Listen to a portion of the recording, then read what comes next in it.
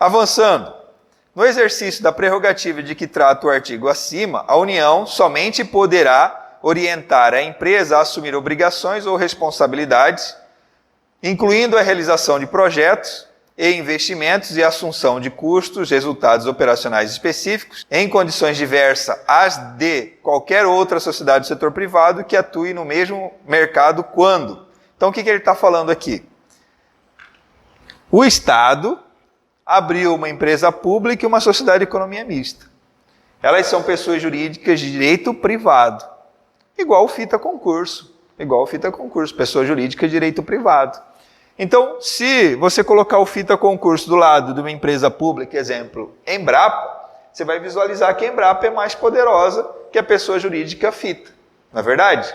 Então, para evitar essa diferença dentro do ambiente empresarial, ele fala o seguinte, que no exercício da prerrogativa de que trata o artigo acima, ou seja, dentro da função de interesse público, nesse caso específico, será permitido às empresas públicas e sociedade de economia mista regras diferenciadas. Se não for em relação ao interesse público, aí essas empresas serão como qualquer outra empresa privada. Responderão perante os empregados responderão perante a justiça quando violarem direitos dos empregados registrados na CLT, responderão perante a justiça quando violarem o Código de Defesa do Consumidor, então eles serão igualados a qualquer tipo de pessoa jurídica. Perfeito? Aí ele fala aqui, quando estiver definida em lei ou regulamento, bem como prevista em contrato, convênio ou ajuste celebrado com o ente público competente para estabelecê-la, observada a ampla publicidade desses instrumentos. E 2, tiver seu custo e receitas discriminados e divulgados de forma transparente, inclusive no plano contábil. Perfeito? Então, nesses casos, ele vai ter um tratamento diferenciado. Caso contrário, tem que ser tratado igual qualquer outro tipo de empresa de direito privado, tá bom? Por quê? Porque as empresas de direito público, naturalmente, elas têm um tratamento diferenciado em relação às pessoas jurídicas de direito privado. Mas como essa é de direito privado e também tem função social, em alguns momentos ela vai ter um tratamento um pouco diferenciado. Perfeito? Ok? Avançando mais um pouco, agora a gente vai lá para o artigo 9º, dos recursos financeiros do capital social. Artigo 9º. Constituem recursos financeiros da Embrapa. Então ele vai falar de onde vêm os recursos financeiros da Embrapa. Então vamos lá para o quadro. Então vamos lá. Primeira coisa que você tem que entender é que eu tenho uma lei conhecida como Lei Orçamentária Anual, conhecida pelas iniciais LOA, ou LOA. Então eu tenho a LOA da União, tá bom? Lei Orçamentária Anual. Dentro desta Lei Orçamentária Anual, eu vou encontrar uma divisão onde eu vou ter 3 tipos de orçamento. Orçamento fiscal, orçamento de investimentos, orçamento da Seguridade Social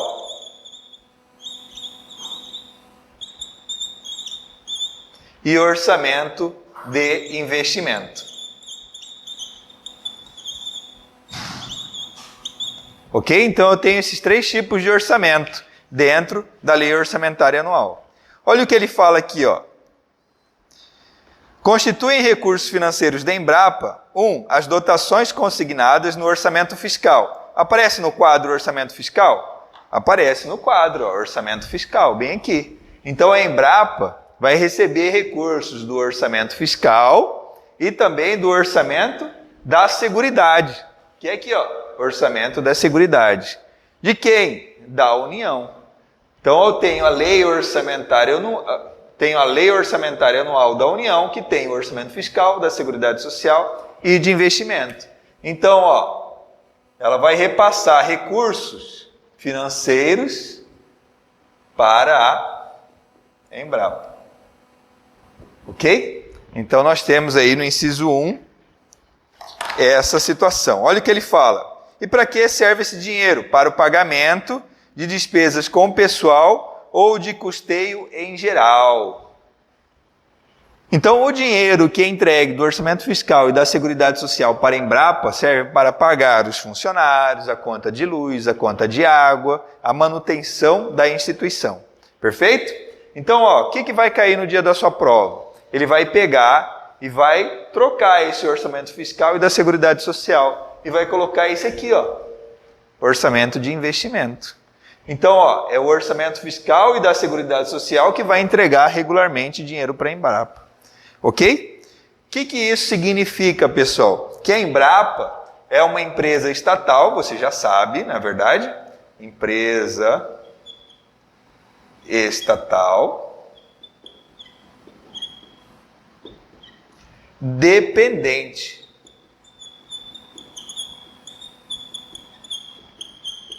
Certo? Empresa estatal dependente. Por quê, professor? Porque ela depende de recursos da União para pagar a sua folha de pagamento. Se ela não dependesse de recursos da União para pagar a sua folha de pagamento, ela seria conhecida como empresa estatal independente. Ok? Ficou bem claro? A chance de cair esta questão na sua prova é gigante. Por quê? Porque ela envolve aí a lei orçamentária anual. É uma questão relativamente simples, porque eu tenho 3 suborçamentos, né? Entre aspas, 3 suborçamentos, e são 2 que vão destinar dinheiro para a Embrapa, que vai caracterizá-la como empresa estatal dependente. Ok? Aí depois ele continua com outras fontes de recursos. 2. Recursos provenientes de convênios, ajustes ou contratos de prestação de serviço.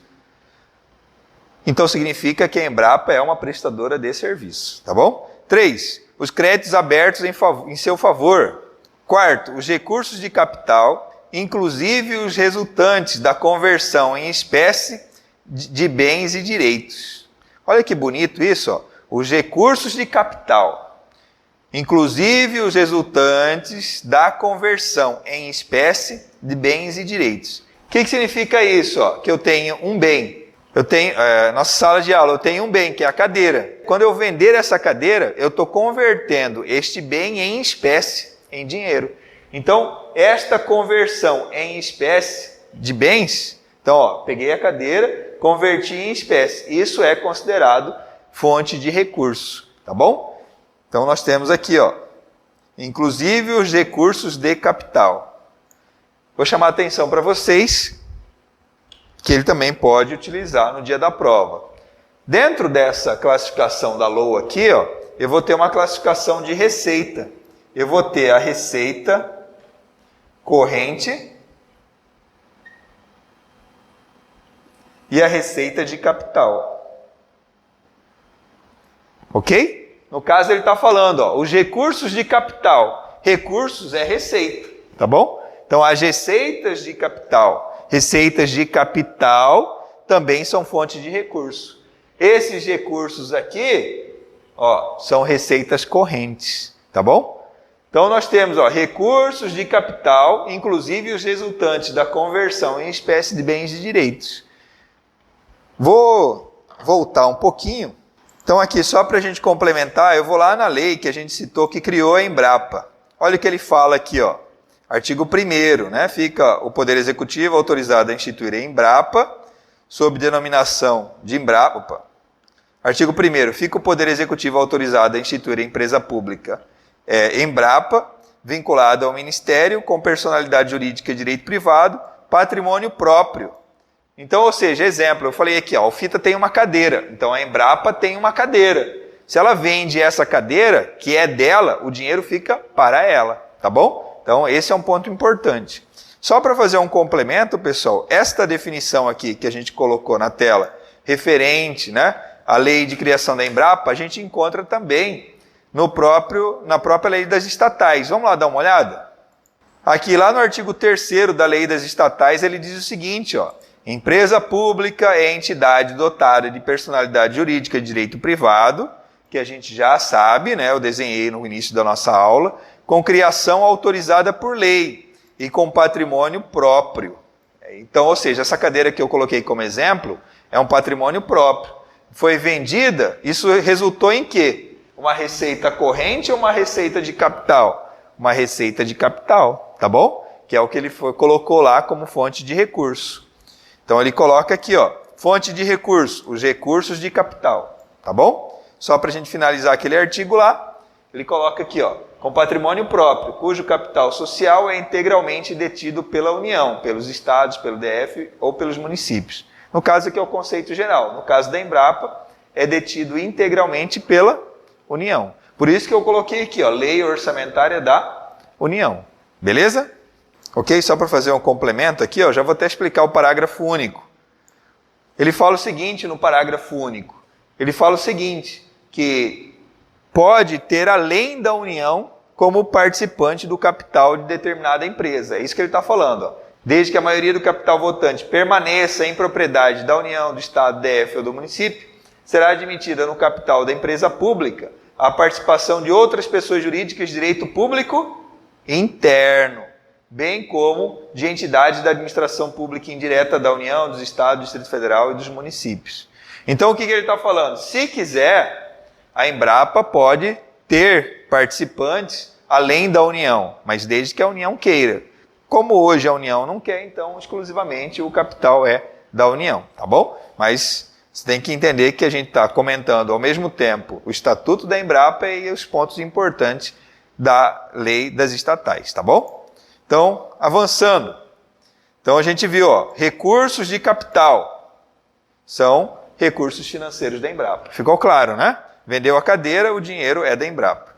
Renda de bens patrimoniais. Então, cuidado, ó. Aqui é renda de bens patrimoniais. Significa o seguinte, a Embrapa tem um imóvel. Ela alugou esse imóvel. Então, está entrando dinheiro. Então, é renda de bens patrimoniais. Aqui não, é conversão. Se eu vendesse o imóvel e transformasse em espécie, seria aqui. Agora, como é renda de bens patrimoniais, aí não é recursos de capital, tá bom? Então, no caso, se eu fosse classificar, seria como receita corrente.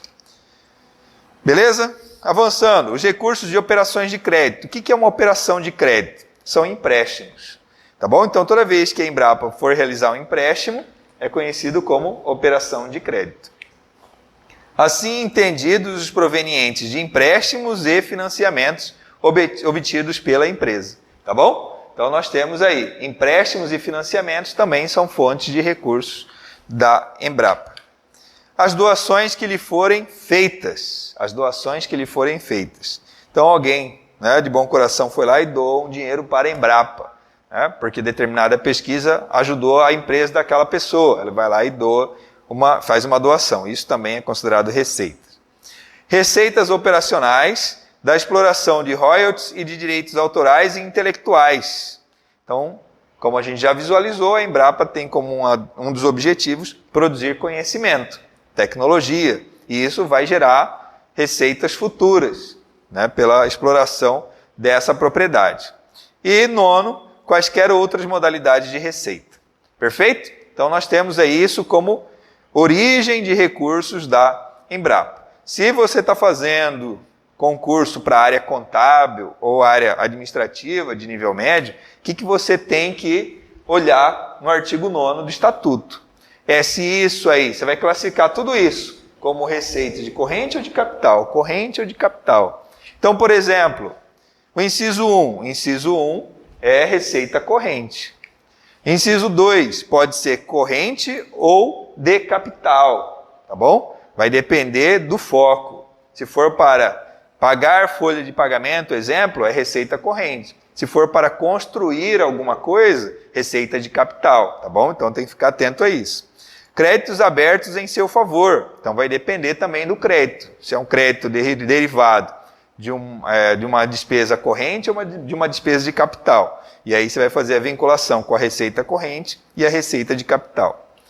Tá bom? Por quê? Porque para eu abrir um crédito, eu estou abrindo esse crédito, ou seja, uma receita, porque teve uma despesa. Então tem que analisar a receita e a despesa. Recursos de capital, como eu já falei, são receitas de capital. Rendas de bens patrimoniais são receitas correntes, receitas patrimoniais. Recursos de operações de crédito são receitas de capitais. Doações que lhe forem feitas são receitas correntes. E receitas operacionais são receitas correntes. E quaisquer outras modalidades de receitas. Pode ser receita corrente ou receita de capital, vai depender de como você vai aplicar esse dinheiro. Se, como exemplo, eu falei para pagar a conta de luz, vai ser receita corrente. Se for para construir algo, né, a despesa for construir algo, aí você classifica como receita de capital. Beleza? Então aqui, artigo 10. O capital social da empresa é de 3.149.524,44. Então esse é o capital social da empresa. Olha o que ele fala, integralmente subscrito pela União. Então ninguém mais participa. A União é dona de 100% do capital da Embrapa. Quando eu montei aquele organograma lá onde eu tinha administração e administração direta e indireta, a administração lá como um todo, União, é dona de 100% do capital, administração indireta e Embrapa. Beleza? Então ficou claro? Então a gente encerra a primeira etapa aqui do artigo 10 e vamos lá para o próximo encontro. Até mais, valeu!